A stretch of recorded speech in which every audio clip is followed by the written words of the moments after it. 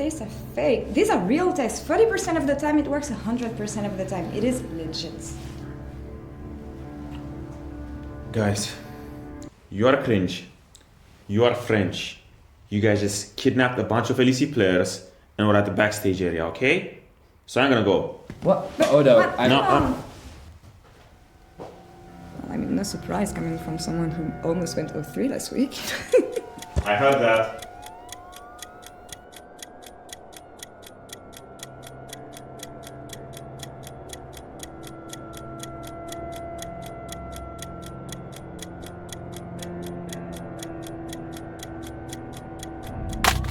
Trevor, that card's as old as you are. It's neither relevant nor legal. So yeah, L plus ratio. L plus ratio, young buck, you can go to XL. L plus ratio, upset. L plus ratio, SOAS. Maybe a little L plus ratio over here on Broxer, go back to NA. L plus ratio on Hillisang. Great to see you, man. It's really good. I can't believe it. What's going They're on? saying I cancelled the Chemtech Drake. This guy. Am I cursed?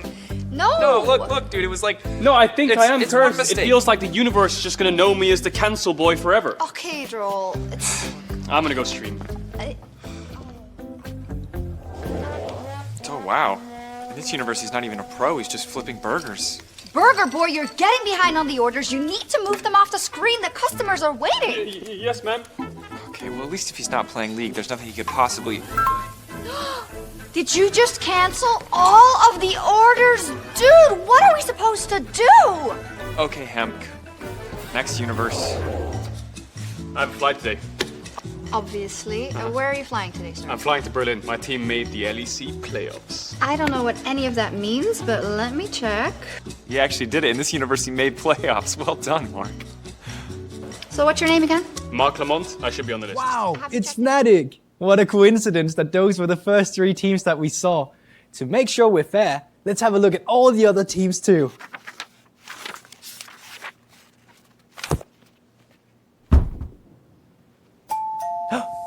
That's the doorbell. I wonder who that could be.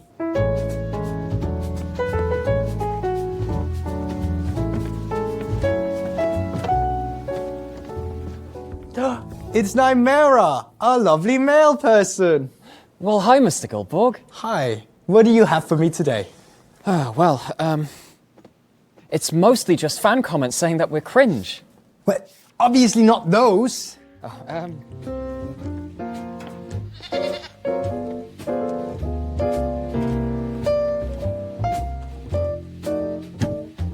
What a lovely day for playoffs. Rogue as the winner is always in vogue. A Fnatic win would be quite dramatic. But not if Misfits prove that they can hack it. G2 will show just what they can do.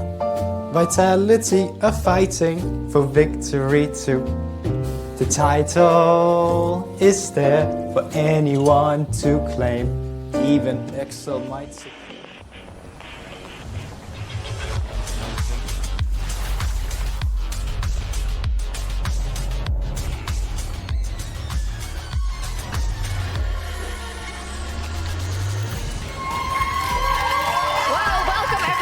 Day one of the LEC 2023 winter season, live from Berlin, Germany. Winter season, indeed. It actually started snowing a while ago, as you can see by the thick coats that the G2 members are wearing as they have their fans welcoming into the studio, and 2 XL fans as well, welcoming XL to the studio. Amazing. Our team names may be the same, actually for most of them. Some teams have actually changed overall, but we'll get into all of that. There's a lot to say, but overall, super exciting start of the new year with a new format, as said. That's why we're calling it LEC Winter, but we're getting ready to kick everything off in an hour-long ready check. I'm shocked, joined here by Dagda, by Goldberg, and by Blender. And there's some faces that we've seen before that have returned, some that have continued to be here, and Dagda, our newest addition. Can we get an applause for Dagda? Let's go. Yeah, it's really cool to be here. I mean, look, I got to guest a little bit last year, and it was kind of cool to see what happens behind the scenes. But being here full time is absolutely incredible. Being in the 6 studio as well is so cool. It's true. But it's only like your first week, so maybe you'll change your mind after a little bit. Goldberg, also congratulations and welcome back. Thank you very much, and super excited to be here with all the talent. Dr. made her quite high pick ban. The win rate's not so good, but that's the mid lane pool for now. Excellent. Yeah. Okay, well, my favorite lane is the bot lane, and to be honest, I was getting really tired of Lucian Nami. What exciting new things do we have in the bot lane? We've got. Oh, I see. We've got Lucian Nami. Okay. It's like, you know, when you go to your favorite... but there's no Zeri Yumi, right? Surely Yumi can't be playable anymore. They've nerfed her like 100 times. Surely that's not playable anymore, right? Yeah. Mark, what do we do when there's actually no changes and there's nothing to talk about? You know, when you go to your favorite restaurant and you want to go, you can order like 5 different things. Yeah. All of it's like out of stock. They've only got one thing. Yeah. That's basically the situation we've got on our hands here. You know, when you're a weatherman and it's like, it's summer, what's the weather? Is it hot? It's hot. Oh. That's the meta. 3.1. Might not be 13.1. so hot. 13.1, 13.2. We might hope for a little bit more in the meantime.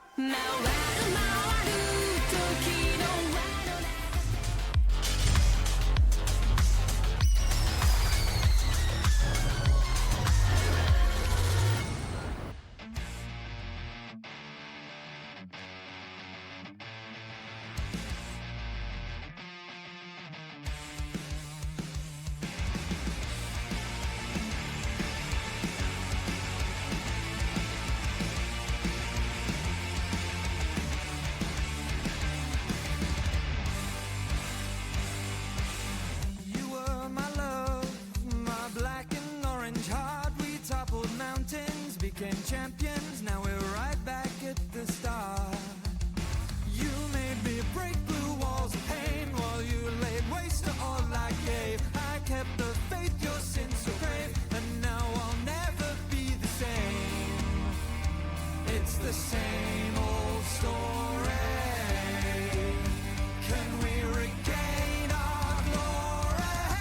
Heartbreaker, you traitor. Perform at the same level that can match the history that he's had throughout his long career. From a gut check, who are you looking at in the ADC role that you think are really going to show us things here? I mean, I think Comp, Patrick, and Upset, my apologies. I mean, I still think he's an incredibly talented AD carry. He's one of the big surprises that we don't see this split. Behind Sama and his return, I think those are the main AD carries that I'm going to be looking at this split to kind of sit at the top of the table and the people that Reckless is going to have to compete against. Yeah, a couple of the rookies as well, of course, looking. And I think that's the interesting thing about this split and the winter split overall. We'll talk about it later, but established players that aren't necessarily finding their homes with the team they've always been with, but that now have to adjust to everything as everyone else. Now, rumors, though, they have been spreading like wildfire this offseason as well. And a lot's been said about Reckless's return to Fnatic. So we've lined up 3 guests with close ties to Reckless that have some shocking stories to tell. Here with us now, if everything is working, is Mr. Attender. Attendez. Oh, my mistake. Thank you for coming. You are apparently K-Core's janitor? Head janitor. Yes. All right. Well, most of us saw your post on Reddit saying that Reckless would often visit the bathroom alone. Would you care to expand on that? Indeed, yes. We called it the toilet issue back at HQ. I found several words carved into the bathroom stall over and over again. The same sentence repeated dozens of times. Jin is meta. Jin is meta. Jin is meta. It seemed like a cry for help. Incredible. He could make a mark on the bathroom stall, but not in-game. Yeah, but that wasn't the half of it. You see, he would always fail to replace the toilet paper when the roll ran out. What? So how was he as a teammate? Well, once I even heard him coming out without washing his hands. What? Yeah, okay. But, I mean, it's ridiculous, really. That doesn't matter, though. What are your expectations for this year? Surely the other players must have talked about him. Oh, I mean, well, I've heard only good things about him. A pleasure to work with, a very hard worker at that, but a disaster in the bathroom. Anyways, I've got to go. BDS just signed me to a huge contract. Much to do. All right, well, better BDS than IBS, I guess. Thank you so much for joining us. A lot of interesting insights here, I think. We do have a few more interviews lined up. I'm hearing from my producers, almost ready. We're having someone very close to Reckless. In fact, it may be Reckless's personal lawyer. Let's see. They can't find him. Oh, okay, hello? Mr. Pretender? No, just pretender. Oh, you are Reckless's lawyer? Well, I can't legally say that I'm his lawyer, attorney-client privilege and all that, but I can tell you that I'm not Upset's lawyer. Would you care to respond to the janitor's comments? Well, yes, as lawyer and Reckless's third cousin twice removed, I can tell you that Reckless declines to comment. Okay, and what rumor did you hear? Well, my sources say that Reckless has spent most of the last year doing charity work, becoming a better person, contributing to society. So if he ever was underperforming in game, which I'm not saying he was, it was certainly something to do with his philanthropic efforts. Oh, well, we definitely all saw the charitable contributions he made to Game Ward in the LFL playoffs. Well, you can't object to that. Overruled! Okay, so how would you then address public concerns that Reckless may or may not be washed up? Relevance, Your Honor. Relevance? He's returning to the LEC after a year. Besides, this isn't a court of law, dude. No, this interview is adjourned. Fine. Fine. Okay. I feel like those are both pretty biased. Let's see if we have everyone else. I believe we have one more interview live from outside. An LEC superfan for Fnatic. He's been camping outside of our studio doors for the past week. Your IGN is Chicken Tender? My mother gave me that name. Sorry. So you've been camped outside the LEC studio for how long? Oh, 3 weeks. Well, you're certainly dedicated. When did you get that work done on your arms? Well, the crazy thing was I got a Reckless and Falafel tattoo right before the 2018 World Finals, but I blacked out both my arms after that when he betrayed us and left to G2. The only song on my Spotify Rap 2021 was Reckless with My Heart, so you can imagine how excited I was to find out that he also covered up his tattoos, you know? And he's returning to Fnatic. Oh, yeah, that too. Okay, so what did you hear about Reckless then? Oh, well, my pal that recently joined the team, he was telling me about how Reckless is the hardest worker. He's been grinding every day, playing a lot of solo queue. But he really wanted me to remind you and everyone else that Jhin is really strong in the current meta. I'm telling you, as an AD carry, though, not as a support. Thank you. That is really insightful. Yeah, and also what that janitor was saying earlier. Oh, right. What he was saying earlier was completely untrue. I double-checked, triple-checked, quadruple-checked, and Reckless definitely replaces his toilet paper when he runs out. So I wouldn't trust a word of what him and that lawyer guy were saying. Well, believe any of this or not, there are a lot of opinions and eyes on Reckless heading into our year. I even heard a rumor that his favorite band is Against the Current, not League's edgiest casters. That's ridiculous. That is not true. You didn't get it from me. Slander. Ha! Oh, well, it's always nice when we get these exclusive insights from people really close to the players. Even better when we get an actual player. Odawamne, hello. Hello, everyone. Did you enjoy that? I enjoyed Blender's triple personalities that he showcased over there. It was great. You're a real one. He is a real one. So the reason we got Odo on the desk is, of course, we have Reckless, who is back in Fnatic and who's a very experienced player. But there's many players with a lot of stature in the LEC that have actually joined new teams, completely different environments. Let's start with you then, Odo. Now on Excel, what can you tell us? I mean, I'm going to have an excellent year over here, but... I want to prove here that I'm the strongest. He's a good laner, and that's gonna be something that we'll need to be aware of. I'm really happy that I get the chance again to just prove to myself, to just prove everyone that I'm a good person and I want to be a good player as well. You could predict any team to be anywhere. There's many reasons why the roster can fail. We can pop off pretty easily like the underdogs team. Feels like you have more chances to show yourself, to redeem yourself. Experience is the most important. I don't have that pressure on my shoulders anymore. It's nice to be on top, but now it's the time to actually show that you're able to actually stay on the top. Brace yourselves. The winter split is here.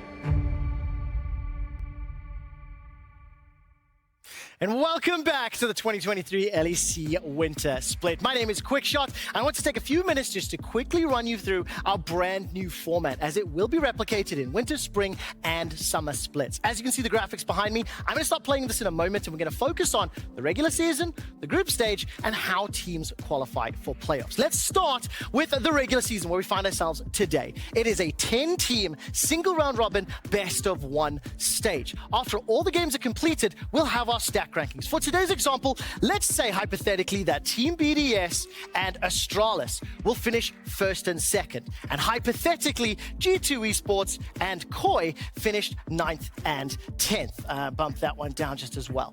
Why I want to highlight this is simple. If you place 9th or 10th, you will be eliminated from that split and not be able to advance to the group stage.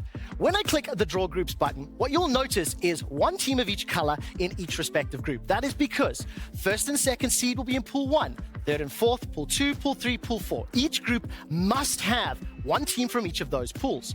The reason that it is important to fight for seeding and why every single game counts is if you place first or second during the regular season, you have the option of selecting your opponent for round 1 of the group stage. Look at this bracket here for the group stage. It is a double elimination best of... And Vedius just casually says, actually, I think this Mordekaiser might just go into the bot lane. Now, keep in mind, this pick has never happened before. He just literally, out of nowhere, makes this... I was very upset. And everyone's like, Vedius is a genius. He's a genius. Mentioned it could go anywhere. It was just suspicious that it was locked in after the Garen was locked in. No. I wonder if it was an answer behind it. The truth comes out. The people must know. Blender comes in and just absolutely shades everybody with this. This is because now everybody's always going to say, Vedius. Yeah, and you're going to... Oh, Vedius. No. Who did he steal the information from this time? Okay, he'll be fine. All right, XLR-G2, because we got to toss. Source is close to me on my left side. I hear G2, so I say G2. Okay. All right, so our delay is concluded. Woohoo, the stage is ready. Without further ado, it's time to kick off the opening day of the LEC 2023 winter season. Berlin! Are you ready for the LEC 2023 season? It is time to meet some familiar faces, to discover who the next legends and icons will be. Today, we meet our 10 teams who are beginning their journey to our season finals right here in our studio. The 2023 format has been revamped and revitalized with the Winter Splits.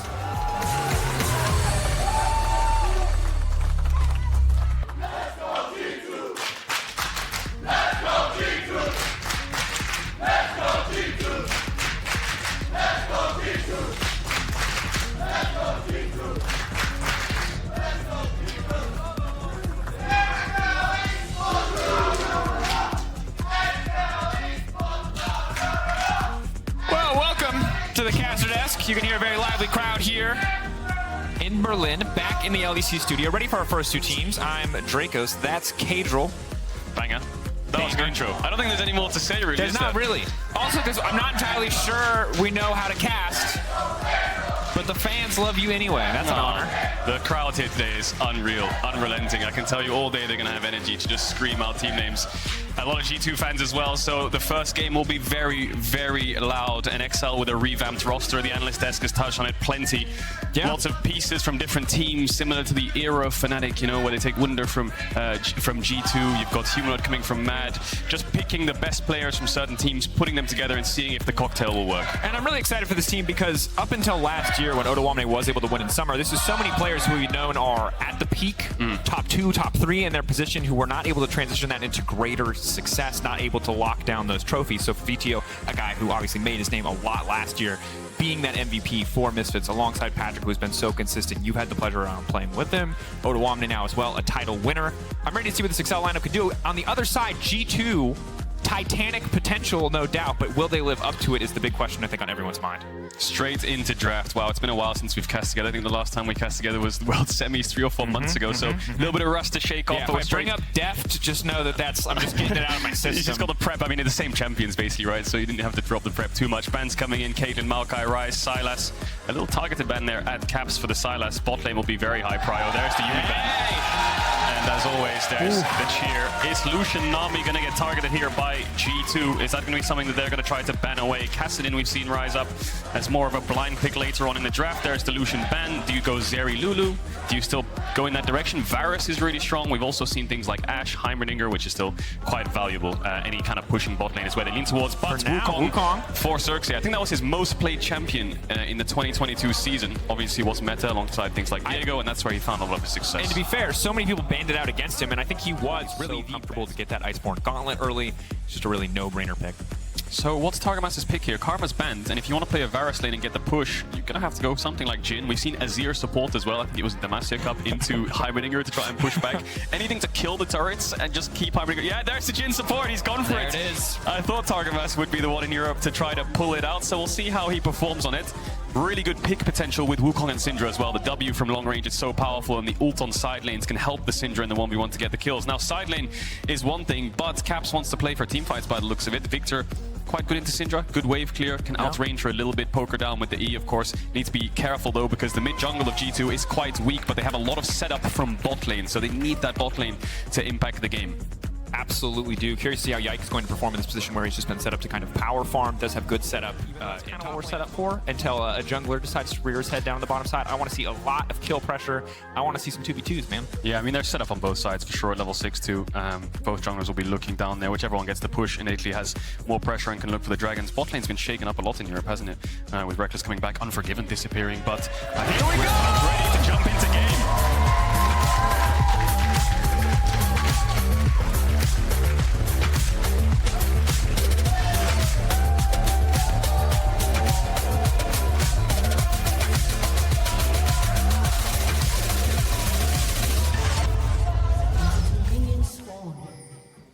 Both. Oh, that's broken plate. Oh my.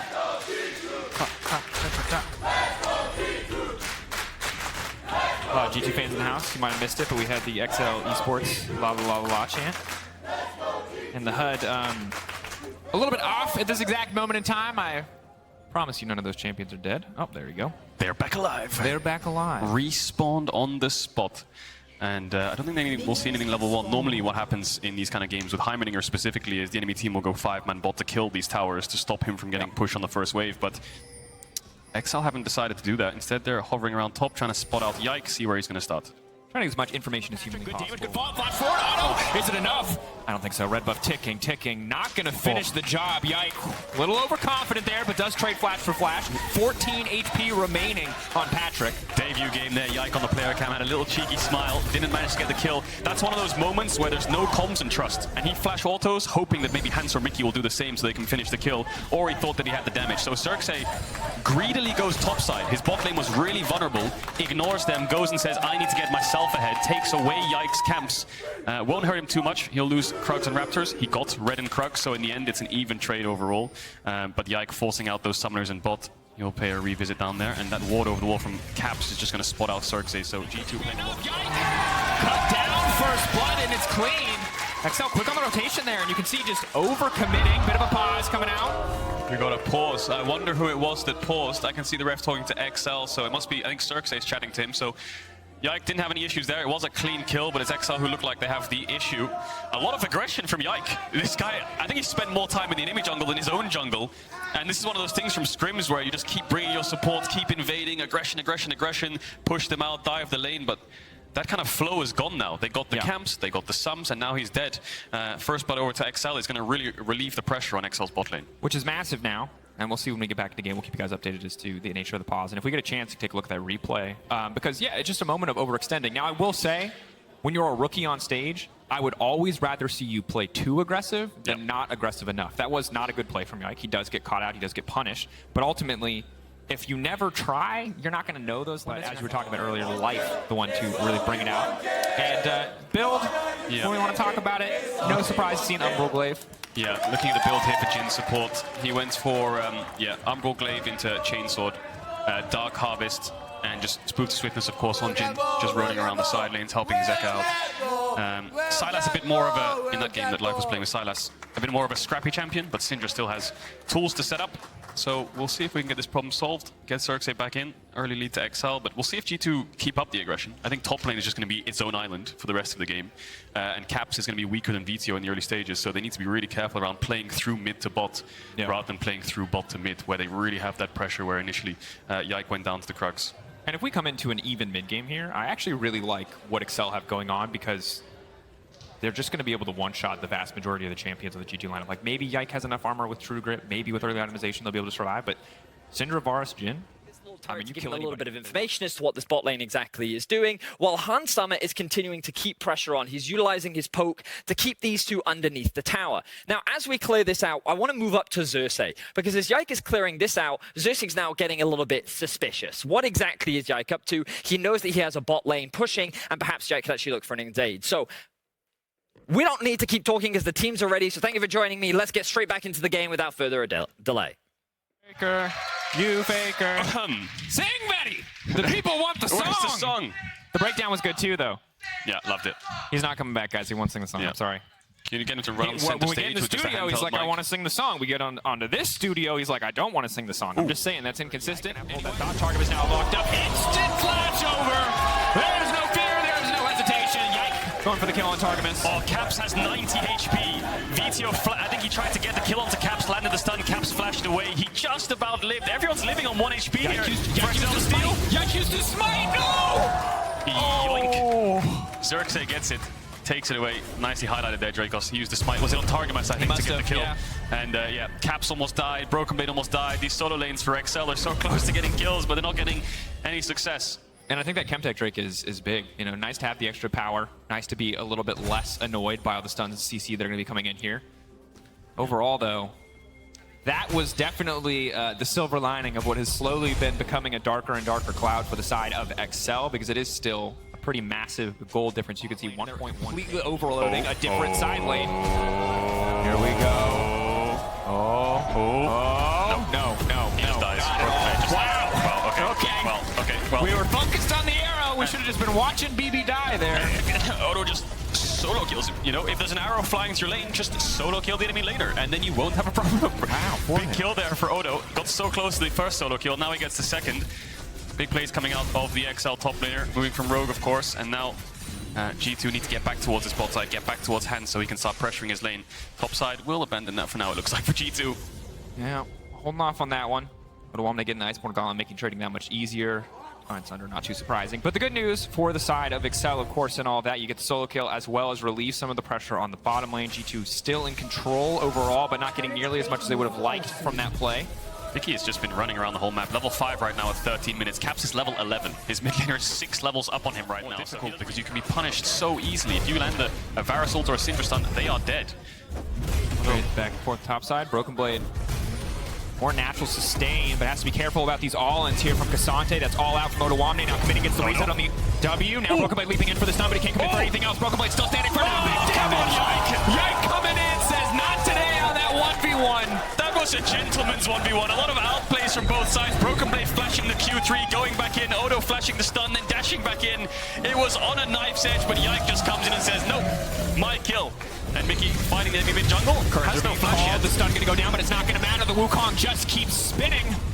And for the first time, Mickey gets punished. Walking into the enemy jungle, XL pick up that kill. I'd love to see the replay of that top fight because there were so many minute things that swung in either favor. But look at the gold.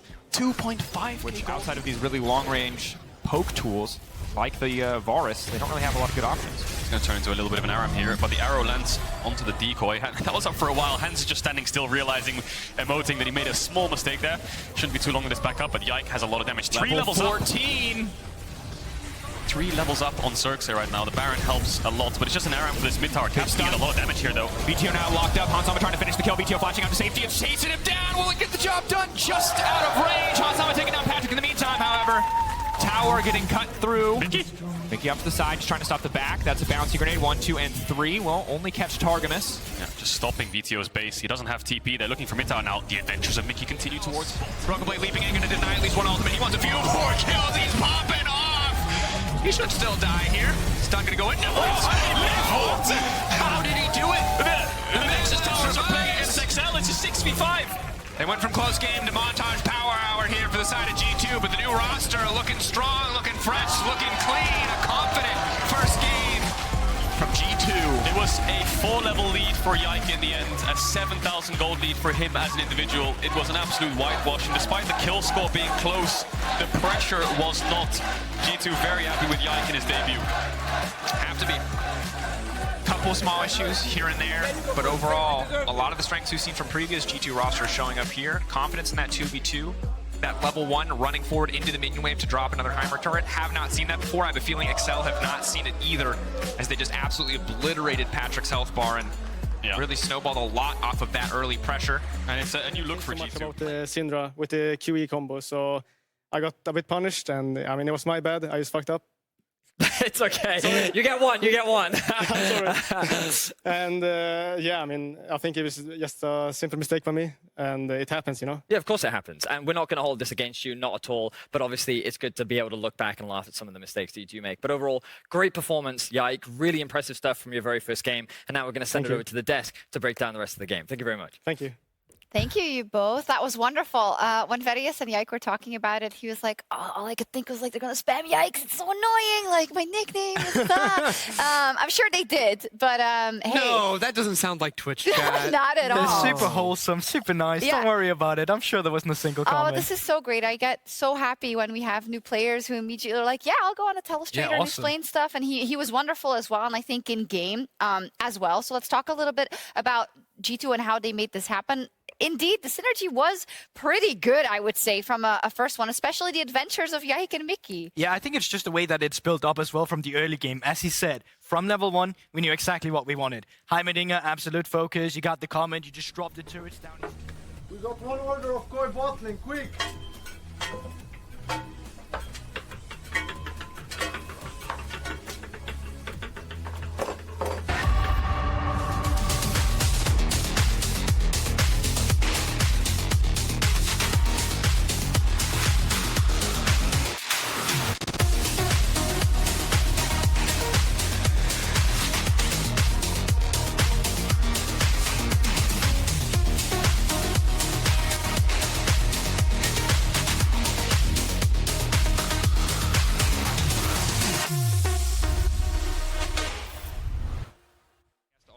Ghosting. It seems to have sniffed it out.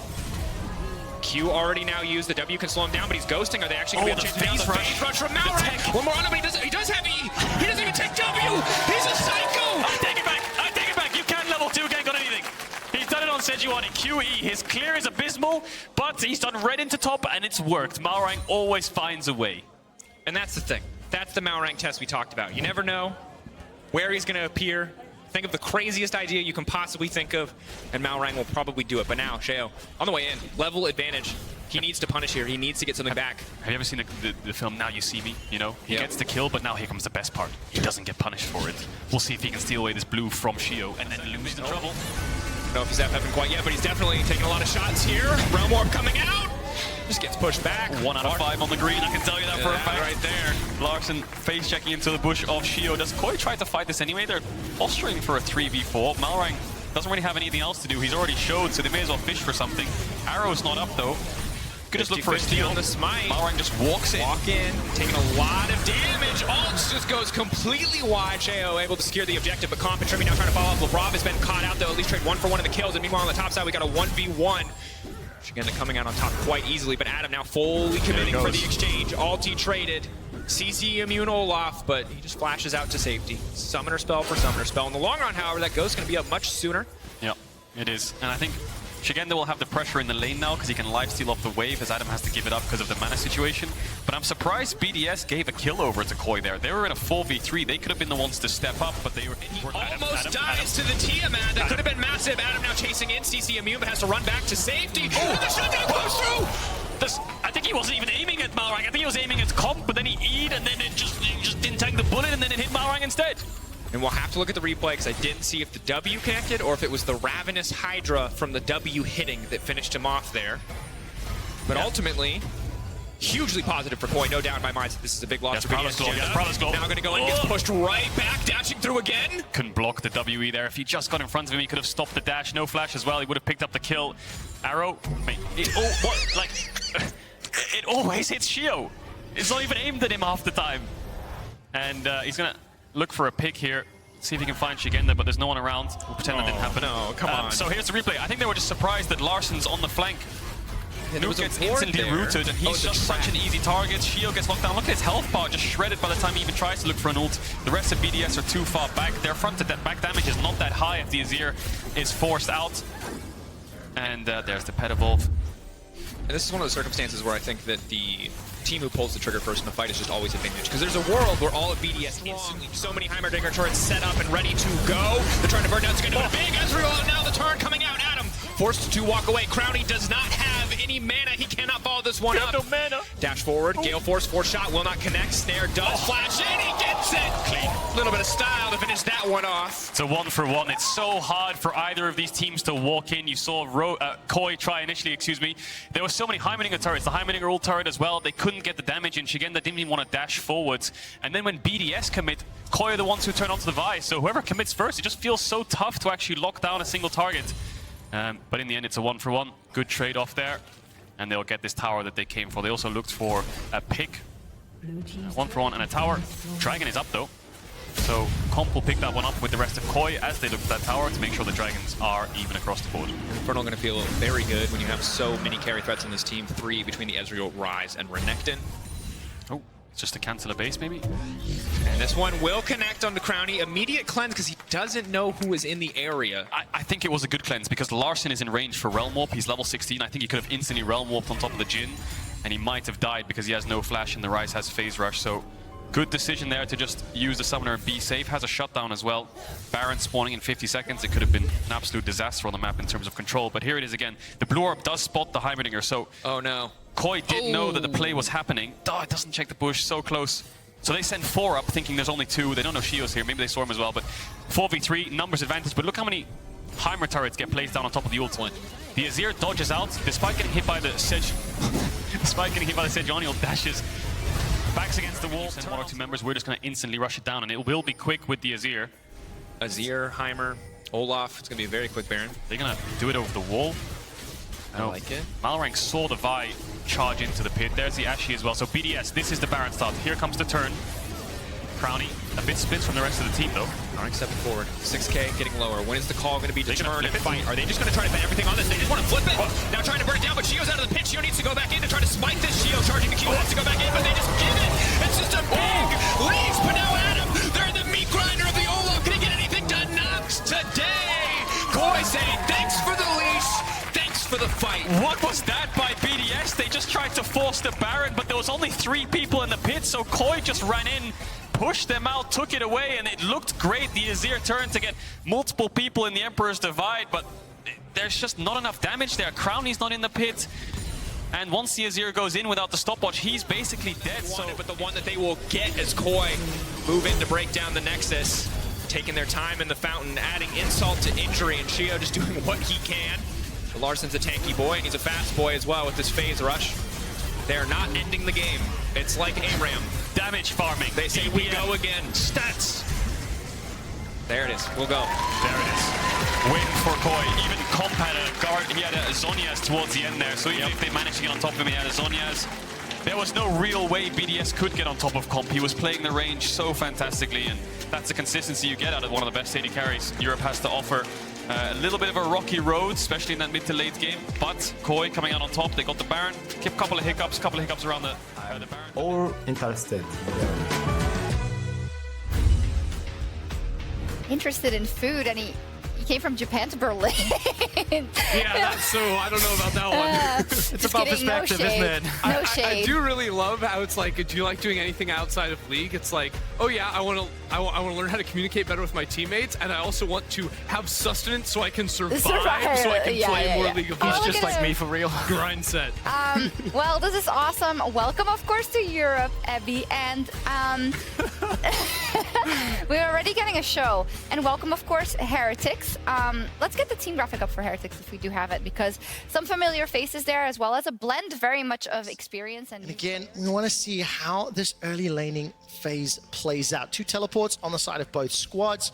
Cassante running that Ghost. I'm not seeing anything too surprising just yet, but I also want to keep my eyes on Jack Spectra in particular. It's one of the players there's been a lot of hype around, one of the AD carries, especially coming up from, the ERL scene, that people have high expectations for how he's going to perform. Yeah, I mean, even coming up from Heretics ERL team as well, being promoted now into the LEC, people have been talking about this guy for a while. I'm super excited to see what he can do. Feels a bit sad we get him on poke first. I feel like you don't really get to show your AD carry chops in that champion, but especially when I think you're going to be taking a lot of pressure coming from the Astralis side with 113 trying to play down towards that bot lane.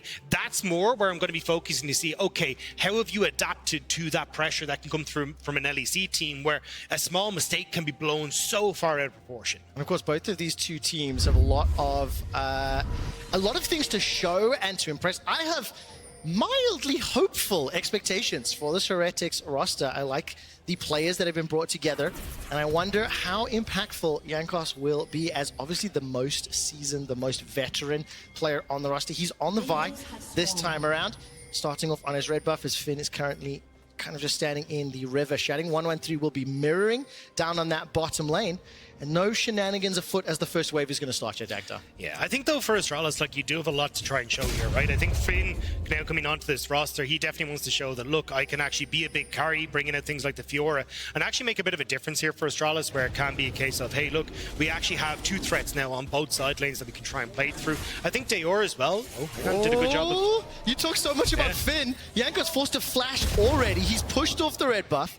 113 uncontested on his.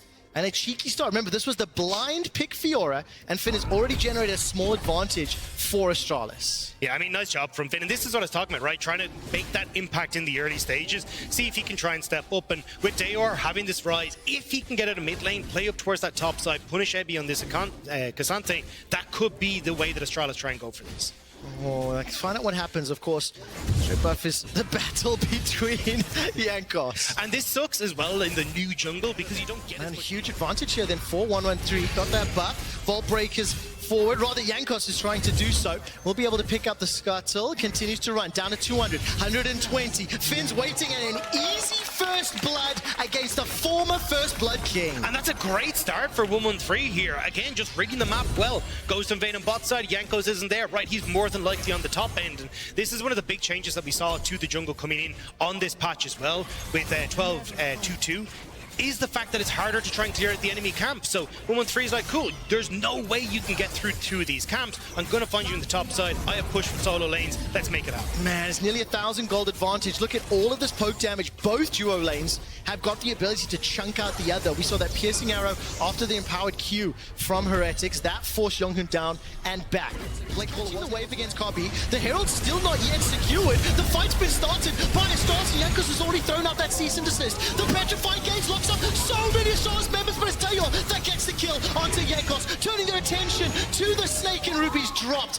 Mercer takes a Q to the face. Astralis get 2 more kills, but they do not get the Herald. I think Ebby needed to stick around for another one. He ended up leaving that little bit too soon, and yes, it was a great petrifying gaze from Ruby, but look at his items. That's not damage. Like, nothing in that screams damage, and when you have 113 who's already in a great spot, you had Jankos who goes that bit too far, it's another win for Astralis. And I think you can see maybe some of the new roster communication challenges as that teleport started before the Herald was even secured. Astralis, on the other hand, maintaining 3 of the 5 core players. They pushed in, they have won the fight, 100% kill in complete to safety. We're right out of the replay. Asharo connect! And Finn dunks it down.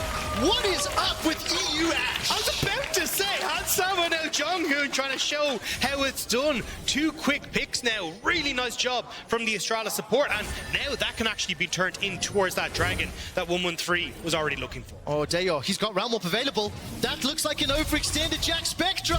Now he's being chased out. Flash is thrown on. Chain of Corruption will be used to save his life, but trading a Realm Warp for Jack Spectra's Flash is huge. But it's not just that, right? You're not getting the dragon here as Astralis. You're not pushing the game forward. So I always prefer in these sorts of situations, not just looking for another quick catch someone from Astralis. Yeah, I mean, well, already trying to see if they can find a pick as Astralis enter, but as long as they play in towards the lack of vision that's there for Astralis, they should be totally fine. Oh, Yankos goes over the wall. Cease and desist onto Younghun. His Flash has been thrown out, and Finn will be late to this party. It's Ruby that gets the kill. I talked about Kobe, you talked about Ruby. He's the man that evens up the score for Heretics. And Heretics just played it really well, right? As long as Astralis don't have vision on the dragon, they can't look for picks with Jonghoon. They don't really want to face check into Ruby, in towards Yankos, and Heretics just play around that lack of vision incredibly well. Now Astralis, knowing that Evi's on bot side, you got members on dragon, are going to try and make a push mid, but they can't really do very much. It's more a show of bravado than anything else. You know, when you zoom out of that previous play, the fact that Evi been able to push this bottom lane literally uncontested for several minutes, plus the fact that Heretics were already... River! That's a grounded, that's a rooted, that's Ruby as well as Yankos getting yet another respective kill. Dale running for his life in Copper. You've got no front line, you've got no one to protect you. Not gonna be able to step on the miasma, the bloody callers come back out. You got minutes to get one, but all of a sudden they're running for their lives. Ruby continues to chase forward. Another huge E before he's taken down. It's Jack Spectra with a piercing arrow. That finds the kill. The 1v1 went the way of Finn, and now Dayo's running for his life. Not going to take it off just yet. Red Wolves to safety. And now you got the follow-up as Finn is here, grounded, and not going to make it out. Just about able to escape over the wall. How are these solo laners for Astralis getting out of here? That is crazy. I think Dayo went down to like 90-something hit points. If we